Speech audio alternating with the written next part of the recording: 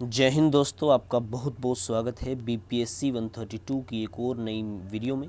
आज की इस वीडियो में हम बात करने वाले हैं एक और मोस्ट इम्पॉर्टेंट टॉपिक के बारे में, जो मुझे लगता है कि आपके एग्ज़ाम में आने ही वाला है। ठीक है, इसमें से कुछ ना कुछ आपके क्वेश्चन में आ सकता है।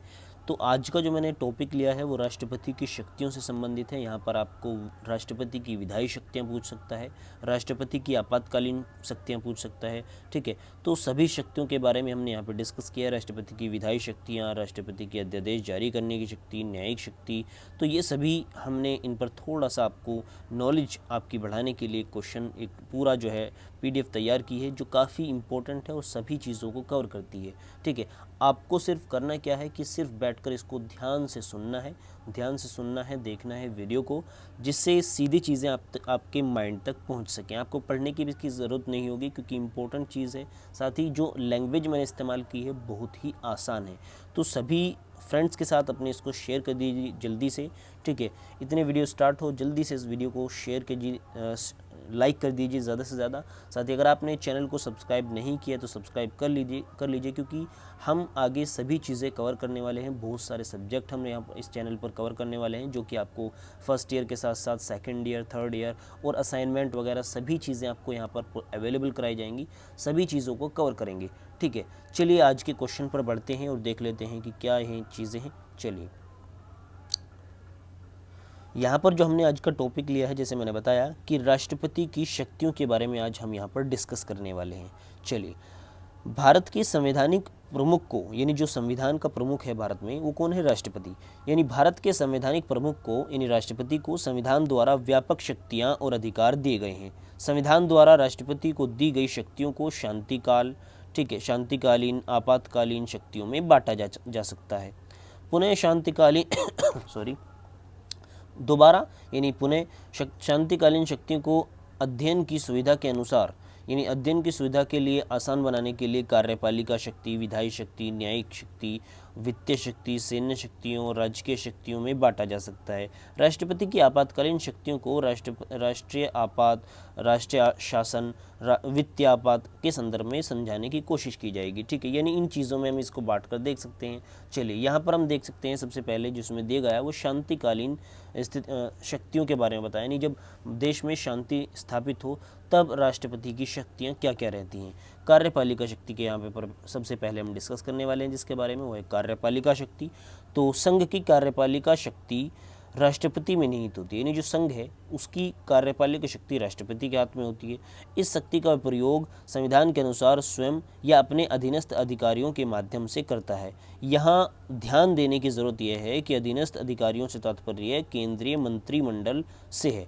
यानी अनुच्छेद 53 के अनुसार जो राष्ट्रपति है उसके पास जो है सभी कार्यपालिका शक्तियाँ होती हैं। कार्यपालिका शक्तियों का लेकिन इस्तेमाल वो नहीं करता। वास्तविक जो इस्तेमाल, जैसे मैंने बताया पिछली वीडियो में भी आपको, वास्तविक जो इस्तेमाल है वो जनता के द्वारा निर्वाचित जो कार्यपालिका है, यानी मंत्रिमंडल जो बनाई गई है, मंत्रिमंडल का जो हेड होता है प्रधानमंत्री, उन दोनों की जो है सहायता के अनुसार या उन दोनों की सलाह पर ही इसका इस्तेमाल होता है।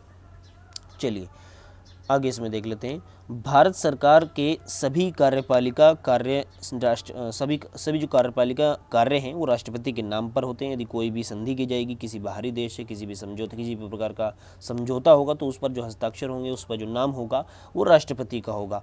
सरकार द्वारा लिए गए सभी निर्णय राष्ट्रपति के निर्णय माने जाते हैं। राष्ट्रपति जो भी सरकार निर्णय लेती है वो राष्ट्रपति के ही माने जाते हैं, क्योंकि राष्ट्रपति का नाम चलता है। सभी गवर्नमेंट जो डॉक्यूमेंट हैं उन पर सभी जो राष्ट्र से संबंधित है।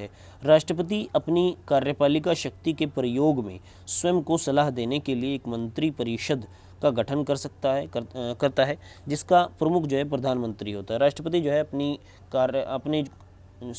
को जो है अच्छे से गाइड करने के लिए एक मंत्री परिषद का गठन करता है, जिसे मंत्रिमंडल कहते हैं। ठीक है, मंत्रिमंडल का उसका हेड भी होता है, जिसका प्रमुख, जिसको प्रधानमंत्री बोलते हैं। ठीक है, तो मैंने बताया कि ये वास्तविक शक्ति का इस्तेमाल करते हैं, क्योंकि जनता के द्वारा सीधे चुने जाते हैं। चलिए, राष्ट्रपति प्रधानमंत्री के साथ साथ अन्य मंत्रियों, राज्य के राज्यपाल, उच्च राज्यपालों तथा उच्चतम न्यायालयों के न्यायाधीशों, भारत के महान्यायवादी, भारत के नियंत्रक एवं महालेखा परीक्षक, मुख्य निर्वाचन आयुक्त एवं अन्य निर्वाचन आयुक्त, संघ राज्य क्षेत्रों के राज्यपाल या प्रशासक, दिल्ली और पुदुचेरी के मुख्यमंत्री की नियुक्ति करते हैं। इन सभी की जो है राष्ट्रपति ही नियुक्ति करते हैं। चलिए, इसके अलावा राष्ट्रपति कुछ आयोग के अध्यक्ष और उसके सदस्यों को भी नियुक्त करते हैं, जैसे संघ लोक सेवा आयोग के अध्यक्षों को, राष्ट्रीय अल्पसंख्यक आयोग, राष्ट्रीय महिला आयोग, राष्ट्रीय मानवाधिकार आयोग, राष्ट्रीय अनुसूचित जाति और जनजाति आयोग, राष्ट्रीय पिछड़ा वर्ग आयोग, ठीक है, वित्त आयोग, राजभाषा आयोग। इन सभी आयोग के जो अध्यक्ष होते हैं, इन सभी को जो है नियुक्त किया जाता है राष्ट्रपति के द्वारा। चलिए, राष्ट्रपति को संघ के कुछ अधिकारियों को पद से हटाने की भी शक्ति होती है, जिसमें संघ के मंत्रियों को हटा सकते हैं, राज्यों के राज्यपाल, भारत के महान्यायवादी आदि। यानी जिन अधिकारियों को पद से हटाने की शक्ति राष्ट्रपति को है, वो अधिकारी राष्ट्रपति के प्रसाद पर्यंत अपना पद ग्रहण करते हैं। यानी राष्ट्रपति उनको जो है पद को ग्रहण करवाता है। चलिए आगे देख लेते हैं। राष्ट्रपति को संघ के मामले में सूचना प्राप्त करने का भी अधिकार है। अनुच्छेद 78 के अनुसार प्रधानमंत्री का यह कर्तव्य है कि वह राष्ट्रपति द्वारा मांगे जाने पर राष्ट्रपति की मंत्रिपरिषद के सभी निर्णयों और प्रशासन संबंधी मामलों की राष्ट्रपति को सूचना दे। ठीक है, उसको सूचना लेने का पूरा अधिकार होता है। ये हुई राष्ट्रपति की कार्यपालिका शक्ति। हाँ, कार्यपालिका शक्ति थी नहीं, हाँ कार्यपालिका शक्ति, सभी चीज़ें हमने डिस्कस की। अब आती हैं विधायी शक्तियाँ। राष्ट्रपति की विधायी शक्तियों को एक बार देख लेते हैं। कानून से संबंधित, जो कानून बनाने से संबंधित शक्तियाँ हैं उनको। संविधान के गठन, संसद का गठन राष्ट्रपति, लोकसभा और राज्यसभा से मिलकर होता है। चूँकि राष्ट्रपति संसद का एक अभिन्न अंग होता है, इसलिए इसे व्यापक विधायी शक्तियाँ भी दी गई हैं। आगे के बिंदुओं में इन शक्तियों पर चर्चा की गई है। ठीक है, राष्ट्रपति की विधायी शक्तियाँ हम डिस्कस कर रहे हैं। राष्ट्रपति को संसद का अधिवेशन बुलाने तथा उसे समाप्त करने की घोषणा करने की शक्ति होती है, किंतु राष्ट्रपति को यह ध्यान रखना होता है कि संसद के एक सत्र की अंतिम बैठक और आगामी सत्र की प्रथम बैठक के बीच लगभग 6 महीने से अधिक का अंतर न हो। यानी यदि कोई जो संसद है उसकी जो अधिवेशन है वो मतलब एंड हुआ है और जो नया सत्र है उसको शुरुआत करने के लिए नहीं, बीच में 6 महीने से ज़्यादा का अंतराल ना हो, 6 महीने से कम का हो। चलिए इसी में आगे चीज़ देख लेते हैं। एक बार पेन में चेंज कर लेता हूँ पेन। राष्ट्रपति अनुच्छेद 85 यानी 85 के अनुसार निम्न सदन यानी लोकसभा को उसकी नियत अवधि यानी जो उसकी निर्धारित अवधि है यानी 5 साल से पहले भी भंग कर सकता है, किंतु ऐसा वह प्रधानमंत्री की सलाह पर ही करता है। चलिए, वह लोकसभा या राज्यसभा या दोनों सदनों का सत्रावसान कर सकता है, यानी दोनों को मिलाकर एक जो है सत्र बना सकता है। राष्ट्रपति को कभी भी संसद के किसी भी सदन या दोनों सदनों की संयुक्त बैठक में अभिभाषण करने की शक्ति होती है। दोनों सदन को मिलाकर एक जगह जो है बैठाकर उनमें भाषण देने की पूरी शक्ति होती है राष्ट्रपति को। राष्ट्रपति हर आम चुनाव के बाद लोकसभा के प्रथम सत्र के आरंभ में तथा प्रत्येक वर्ष के प्रथम सत्र के आरंभ में दोनों सदनों की संयुक्त बैठक को संबोधित करता है, उसमें भाषण देता है। ठीक है, इस संबोधन में वह सरकार की सामान्य नीतियों और भावी कार्यक्रमों की चर्चा करते हैं। ठीक है, चलिए, किसी साधारण विधेयक पर लोकसभा और राज्यसभा में मतभेद होने की दशा में राष्ट्रपति को दोनों सदनों की संयुक्त अधिवेशन बुलाने की शक्ति होती है। ध्यान रहे कि संविधान संशोधन विधेयक और धन विधेयक की दशा में संयुक्त अधिवेशन नहीं बुलाया जा सकता। यानी दोनों किसी भी अगर मान लो कोई मतभेद है उनके बीच में, किसके बीच में, लोकसभा और राज्यसभा के बीच में यदि कोई मतभेद आ जाता है तो ऐसी स्थिति में राष्ट्रपति दोनों को एक साथ उनका अधिवेशन बुलाने की पूरी शक्ति है राष्ट्रपति को। लेकिन ये ध्यान रखने योग्य बात यह है कि इसमें विधेयक जो हो वो धन से संबंधित ना हो, और जो है साथ ही इसमें दूसरे जो बताया गया है धन विधेयक की दिशा में, हाँ जो धन से संबंधित विधेयक हो उसमें ऐसा नहीं हो सकता। ठीक है, धन से संबंधित विधेयक में राष्ट्रपति दोनों सदनों को एक साथ नहीं बुला सकता। संसद द्वारा पारित कोई भी विधेयक राष्ट्रपति की अनुमति के बाद ही कानून बनता है। सबसे पहले वो जो है विधेयक होता है, उसके बाद जब उस पर सभी चीज़ें डिस्कशन हो जाता है देन उस पर लास्ट में क्या होता है कि राष्ट्रपति की मोहर ज़रूरत होती है, राष्ट्रपति के हस्ताक्षर की ज़रूरत होती है। बिना राष्ट्रपति के हस्ताक्षर के वो कानून नहीं बन सकता। वह संसद के दोनों सदनों द्वारा पारित किए जा चुके किसी भी विधेयक पर अपनी अनुमति दे सकता है या अनुमति नहीं दे सकता, या उसे पुनर्विचार के लिए वापस कर सकता है, दोबारा विचार करने के लिए इसे वापस भी लौटा सकता है। किंतु संसद द्वारा किसी संशोधन के साथ या बिना किसी संशोधन के पुनर्विचार के लिए भेजे गए विधेयक को पारित कर पुनः राष्ट्रपति को भेजा जाता है तो वह अनुमति देने के लिए बाध्य हो जाता है। यानी अगर राष्ट्रपति ने किसी विधेयक को पुनर्विचार के लिए भेज दिया, ठीक है, उसके बाद उन्होंने फिर उसको पास कर भेज दिया संसद में, ठीक है, तो अब जो है जब दोबारा उस पर आया है तो उस पर साइन करने के लिए, उस पर हस्ताक्षर करने के लिए राष्ट्रपति बाध्य होता है, ठीक है। यहाँ महत्वपूर्ण यह है कि संविधान संशोधन विधेयक और धन विधेयक को राष्ट्रपति पुनर्विचार के लिए नहीं भेज सकता। यानी अगर संविधान संशोधन करने के लिए कोई विधेयक है या धन से संबंधित कोई विधेयक है तो ऐसी स्थिति में उसको वापस या पुनर्विचार के लिए नहीं भेजा जा सकता। राष्ट्रपति की अध्यादेश जारी करने की शक्ति ये है, संविधान द्वारा अध्यादेश जारी करने की जो शक्ति है सिर्फ राष्ट्रपति को और राज्यपाल को दी गई है। राष्ट्रपति अध्यादेश तभी जारी कर सकता है जब संसद के दोनों सदन सत्र में न हो। यहाँ ध्यान देने वाली बात यह है कि संसद का कोई एक सदन सत्र में हो तब भी अध्यादेश जारी किया जा सकता है, क्योंकि एक सदन विधि बनाने के लिए सक्षम नहीं होता, ठीक है, क्योंकि दोनों सदनों में डिस्कशन होता है, दोनों सदनों से पास होना होता है। तो इस वजह से यदि दोनों सदन जो है सत्र में नहीं है, एक्टिव नहीं है, तो ऐसी स्थिति में राष्ट्रपति अध्यादेश जारी कर सकता है, जो कि कानून के तौर पर माना जाएगा, ठीक है। यदि एक सदन का कोई भी एक सदन जो है एक हिस्सा अगर एक्टिव नहीं है तब भी ऐसा हो सकता है। चलिए, अध्यादेश जारी करने की जो दूसरी शर्त है वह यह है कि राष्ट्रपति को यह विश्वास हो जाए कि ऐसी परिस्थिति उत्पन्न हो गई है कि अविलंब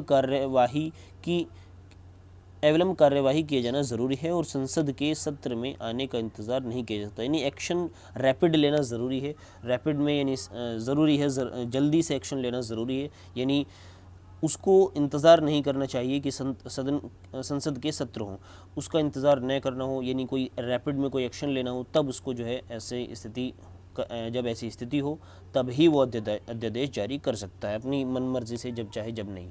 गौरतलब यह है कि राष्ट्रपति के विश्वास का मतलब केंद्रीय मंत्रिमंडल के विश्वास से है। राष्ट्रपति का विश्वास यहाँ पर ये नहीं कि अगर उसको खुद को अकेले को विश्वास है तब वो ऐसा कर सकता है। यहाँ से संबंधित है जो कि केंद्रीय मंत्रिमंडल जो है उसको ये ऐसा विश्वास हो, यानी राष्ट्रपति के अध्यादेश जारी करने की शक्ति उसकी विवेकीय शक्ति नहीं है, यानी उसकी विवेकीय शक्ति यानी वो अपनी मन मर्जी से अपने विवेक पर खुद के दम पर ऐसा नहीं कर सकता। यदि केंद्रीय मंत्रिमंडल चाहेगा तब ऐसा हो सकता है, ठीक है। चलिए, राष्ट्रपति द्वारा जारी किए गए अध्यादेश का वही बल और प्रभाव होता है जो संसद द्वारा पारित अधिनियम होता है। जैसे मैंने बताया, कानून के तौर पर इसको माना जाता है। राष्ट्रपति अपने द्वारा जारी अध्यादेश को कभी भी वापस ले सकता है, जो कि अध्यादेश भी एक विधि के समान होता है। यह किसी मूल अधिकार का अतिक्रमण नहीं कर सकता, उसको ख़त्म नहीं कर सकता, उसको किसी भी हद तक नुकसान नहीं पहुँचा सकता, हनन नहीं कर सकता। किंतु कोई अध्यादेश से यदि कोई मूल अधिकार का अतिक्रमण हो रहा हो तो ऐसे अध्यादेश का प्रभाव शून्य हो जाएगा। यानी जिस तरीके से कानून अगर कोई बनाया गया है और वो किसी हद तक मूल अधिकार को कहीं तक भी हनन करता है, उसको प्रभावित करता है, तो उस हद तक वो कानून जो पारित किया गया है वो शून्य हो जाता है। इसी प्रकार अध्यादेश के संबंध में भी ये स्थिति है। यदि अध्यादेश जारी किया गया है और वो किसी हद तक मूल अधिकार को प्रभावित कर रहा है, उसको नुकसान पहुंचा रहा है, उसको हनन कर रहा है, तो उस हद तक वो जो अध्यादेश है वो शून्य हो जाएगा, उसकी कोई मतलब नहीं रहेगा, उसका कोई जो है मान्यता नहीं रहेगी। राष्ट्रपति द्वारा जारी किया गया अध्यादेश संसद के पुनः सत्र में आने पर 6 सप्ताह के अंदर यदि दोनों सदनों द्वारा पारित नहीं कर दिया जाए तो यह स्वतः ही समाप्त हो जाता है, ठीक है।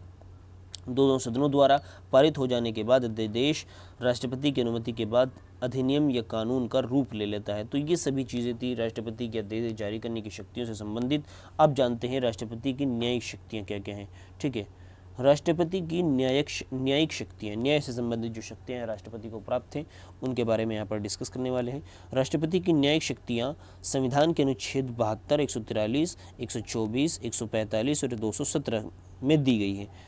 राष्ट्रपति की क्षमादान की शक्ति क्या है? देखो, राष्ट्रपति की किसी दंड के लिए दोषी ठहराए गए व्यक्ति को दंड को क्षमा, प्रविलंब, परिहार, विराम या लघुकरण कर सकते हैं, यानी उसकी जो सज़ा है उसको कम कर सकते हैं, उसको ख़त्म कर सकती है, उसको जो है रोक सकती है। तो ये शक्तियाँ किसको प्राप्त हैं? सिर्फ राष्ट्रपति को प्राप्त है। राष्ट्रपति अपनी क्षमादान की शक्ति का प्रयोग तभी कर सकता है जब दंड या तो सेना न्यायालय द्वारा दिया गया हो या दंड संज्ञेय विषय से संबंधित की विधि के विरुद्ध अपराध के लिए दिया गया हो।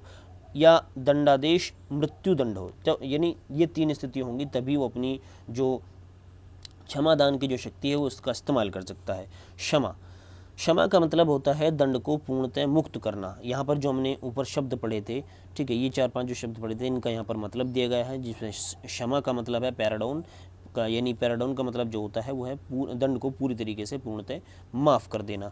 उसके बाद जो है प्रविलंबन है, यह मृत्यु दंड की दशा में दिया जाता है। इसके तहत मृत्यु दंड को अस्थायी रूप से निलंबित कर दिया, यानी मृत्यु दंड जो है, यानी जो फांसी की सज़ा है उसको रोक दिया जाता है, यानी अस्थायी रूप से रोक दिया जाता है उसको, ठीक है। परिहार्य जो है, इसके तहत दंड की प्रकृति में परिवर्तन किए बिना दंड की मात्रा को कम कर दिया जाता है, यानी जैसे कि 14 वर्ष की सज़ा को कम करके 8 वर्ष किया जाता है, लेकिन जो उसमें कड़ी, जैसे अगर मान लो कोई कड़ी सज़ा है तो वो कड़ी रहेगी, लेकिन जो उसकी प्रवृत्ति है उसको उसमें परिवर्तन किए नहीं किया जाता, ठीक है। उसको यानी उसकी जो स्थिति है, टाइम है, उसको कम कर दिया जाता है, सिर्फ जो कठोरता है उसको कम नहीं किया जाता।